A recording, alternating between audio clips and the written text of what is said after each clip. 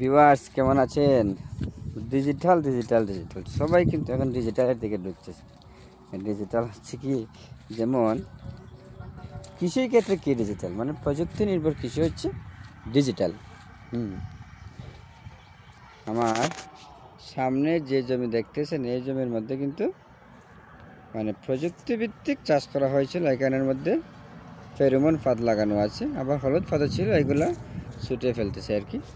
ধান প্রদর্শনী শেষ, প্রায় এই সিমের ক্ষেত শেষ আর কি।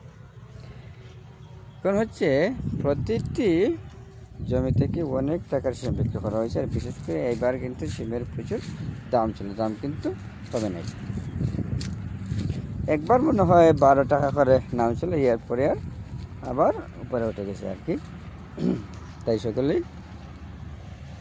লাভবান হয়েছে আর কি।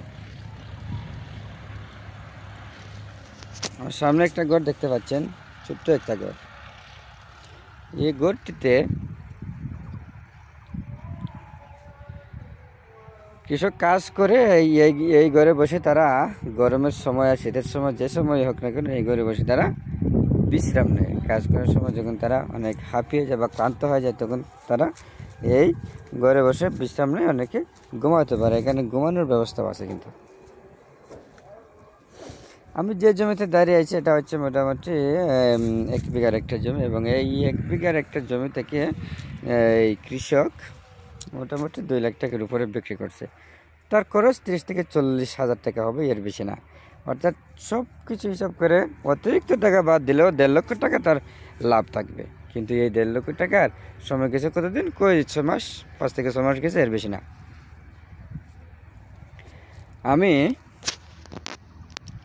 সকলের প্রতি আহ্বান জানাচ্ছি, যাদের এই ধরনের ক্ষেত করার মানসিকতা আছে, আপনারা সকলেই এভাবে চাষাবাদ করবেন।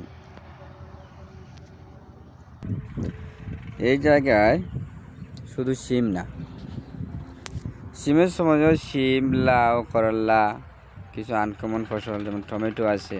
আমার সামনে একটা জমিতে টমেটো আছে আর কি। শুধু একটা না, আরও অনেক জমিতে টমেটো, যত ধরনের শাক আছে, বাঁধাকপি আছে, ফুলকপি আছে, কত ধরনের শাকসবজি তারা এখান থেকে বিক্রি করে। এখান থেকে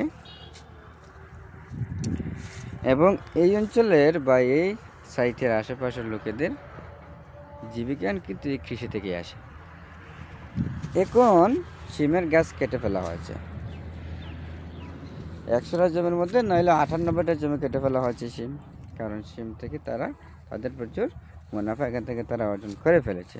এবং এই মুহূর্তে তারা গ্রীষ্মকালীন শাকসবজি লাগাবে, সিঙ্গা, ঝিঙ্গা, ধুন্দল, এগুলো তারা লাগাবে। অনেকে আবার পাট শাক লাগাবে, অনেকে পাট শাক বিক্রি করতেছেন, অনেকে শসাও বিক্রি করতেছেন। যাই হোক, ধন্যবাদ, পাশে থাকবেন। আর এরকম জায়গা থাকলে অবশ্যই শাকসবজি চাষ করবেন। ধন্যবাদ সকলকে। আসসালামু আলাইকুম।